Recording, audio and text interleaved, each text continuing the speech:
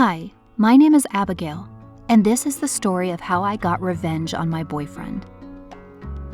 My boyfriend's name is Adam. He's on the football team and sometimes gets a bit carried away with the other guys and can be kind of mean. There's this guy in my class called James who is a total nerd, but also a genuinely nice person. And they kept making fun of how skinny he is until I eventually told him to cut it out. But then he did one thing that I could never forgive him for. My best friend is called Catherine, and we've been friends since we were babies. We've done everything together and been there for each other through thick and thin. Catherine is quite short, a bit chubby, and has a wart on her cheek. But I don't care at all what she looks like because she is my best friend. I've occasionally caught my boyfriend and his friends making fun of her behind her back about it, before I snapped at them to stop.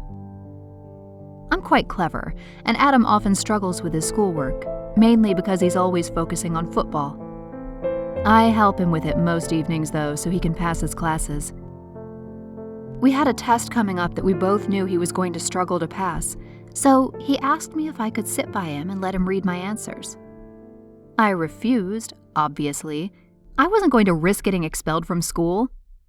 Adam was not happy about this, and we got into a really big argument. The next day, I paid the price.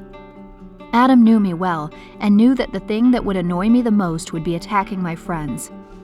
All over social media were pictures of Catherine, except they'd been photoshopped into a witch with heaps of warts and green skin. I was furious and felt terrible for Catherine, but I couldn't believe that Adam would do this just to get at me for not letting him cheat. He was in for it now. I was smart at school, but I also happened to be smart at getting my revenge. I was sure that the best tricks would be simple and old-fashioned. He was in for it. My first trick was simple. I'd pretend not to have seen the photos online and would apologize to Adam and agree to him copying my test. But I purposely wrote all the wrong answers when I saw him looking, then quickly changed them for the right ones just at the end, so I knew when we got the results he would fail and I wouldn't. I asked to go to the bathroom at lunch, and instead balanced a tub of paint just inside his locker, so when he opened it, it would spill out. When he turned up to maths bright yellow, it was all I could do to fake concern so he wouldn't know it was me. As he sat in his chair in maths, I smiled to myself.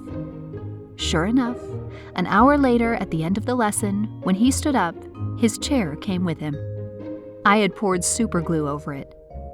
The best part is that I have a perfect poker face, and as Adam's friends were always playing tricks on each other, he still had no idea it was me. Once he had extracted himself from the chair, Adam was looking quite irritated. But I wasn't done. I have a great relationship with the staff in the canteen, and I gave them a special request to do when Adam came in for lunch. Although the rest of us got pizza for lunch, for some reason they had strangely run out when Adam arrived, and only had pea soup left, which I know he hates. In every class he had that day, I went in beforehand and wrote on the board, "Only cowards humiliate lovely girls." Everyone knew what the note was talking about, and before long, everyone knew who had written it too. It's fair to say that Adam was not having a good day. At the end of school, I bumped into him walking home. People were giving him scathing looks, knowing what he had done to Catherine. Adam started ranting to me about his football friends, saying that as soon as he knew who had done this to him, they would be sorry. I deliberated about whether or not to tell him whether it was me, but decided not to. He's definitely learned his lesson. Please share your opinions or stories in the comments section below. Don't forget to like the video and subscribe to our channel.